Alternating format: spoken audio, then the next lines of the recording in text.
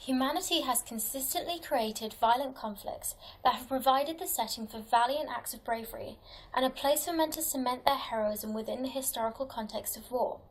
Until 1914, however, women had limited possibilities to achieve wartime recognition to the same extent as men.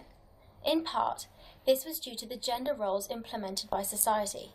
It was believed that their supposedly fragile and dainty nature deemed women incapable of dealing with the horrors of combat. Nursing was the only professional route for women wishing to serve Canada during the Great War, which was also true in many countries worldwide. Though Canadian women had served as nurses in previous conflicts, the Great War represented the first large-scale deployment of Canadian nurses overseas. Due to the deadly nature of the Great War and the millions of resulting male casualties, in general, literature and popular culture primarily focus on the men of war. There is no doubt, however, that more of an effort should be made to study and recognise Canadian nurses' acts of heroism during this period. Though the casualties of the Great War were immense, inarguably, nurses played a vital role in preventing an even more catastrophic number of deaths. The Great War represented a new generation of violence on the battlefield. The use of tanks, machine guns, air raids, poison gas, and heavy artillery were all combined for the first time, resulting in significantly more casualties than originally anticipated.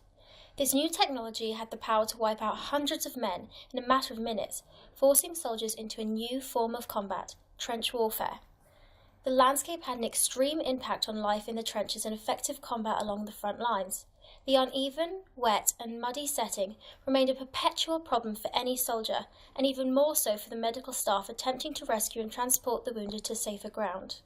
And if you can imagine a battlefield as simply being the place where carnage is taking place, but each individual getting wounded has to be carted away and eventually taken away from that battlefield along these long lines of evacuation, you get some sense of the logistical task that doctors face.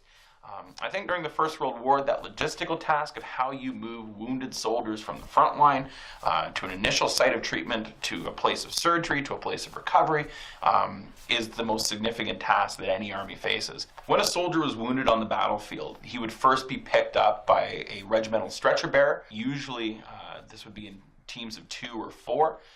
But in some especially bad battles like Passchendaele, where the mud could be sometimes hip deep, it requires 6 to 8 men to remove one single soldier from the front line. A couple of miles behind the front line, so the stretcher bearers would be taking the casualty back to a field ambulance, which was not actually a motorized vehicle, but a field hospital. The soldier would be stabilized at the field ambulance and in the beginning parts of the war, and then later on some emergency surgeries would actually even be performed there.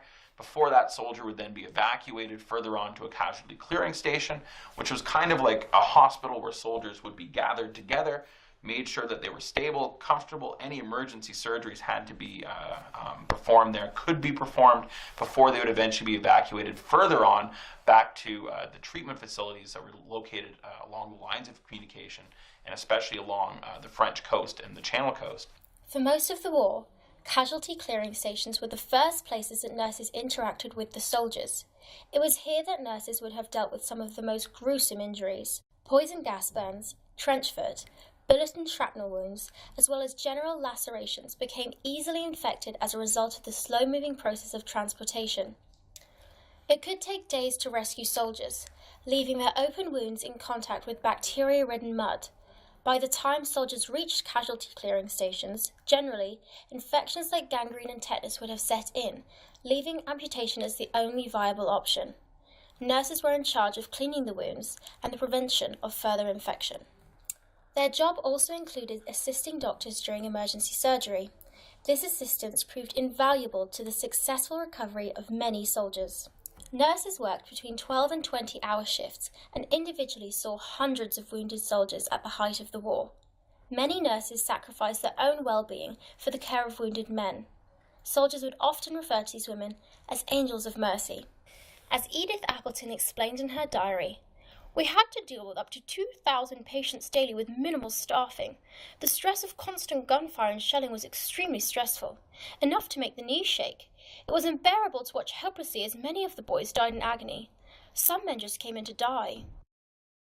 Medical duties were only a portion of a nurse's daily routine. Not only were they pushed to the limits while working under pressure and with minimal rest, but they were also put under considerable emotional strains. Many nurses had to ease the minds of dying soldiers calling out for their mothers and loved ones. The mental fortitude exhibited by these women was extraordinary. Hard work, long shifts, and bravery close to battle were not the only sacrifices made by the nursing sisters. In the many locations of war, medical teams and their patients were easy targets from land, air, and sea.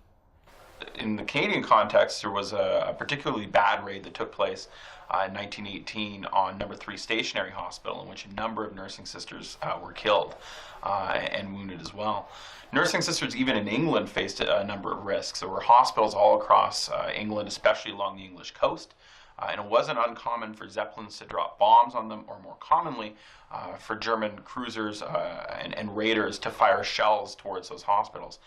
And indeed, there was another kind of bombing of a hospital in Ramsgate in 1917, which killed a number of nurses and injured a number as well. So even though nurses weren't in combative roles, they certainly faced significant dangers close to the front line. In total, 53 nurses were killed from enemy fire, shelling, drowning, and disease throughout the course of the Great War. Most woefully, 14 nursing sisters perished with the sinking of the HMHS Llandovery Castle in 1918. A German U-boat torpedoed the hospital ship, and the Germans began gunning down survivors on lifeboats after the initial attack. These victims, as well as numerous other nursing sisters, were awarded with the Royal Red Cross Class II, the highest honour a nurse could receive for her military service. Nurses had the unique role of providing consistent care to the wounded as nurses, mothers, sisters, and loved ones. They held the hands of the dying, sat with men as they screamed through nightmares, cleansed gaping flesh with gentle hands, and provided soothing last words to those almost gone. This was a job that challenged women mentally, physically, and emotionally in a way that had never been seen before. It is important not to forget that in Canada, conscription for nurses was unnecessary due to the sheer volume of women willing to help. Had it not been for their dedicated assistance, an estimated 90% of soldiers wounded would not have survived. Though the work they did can never truly be quantified, it is without a doubt that Canada would not have experienced the same level of success without the Angels of Mercy.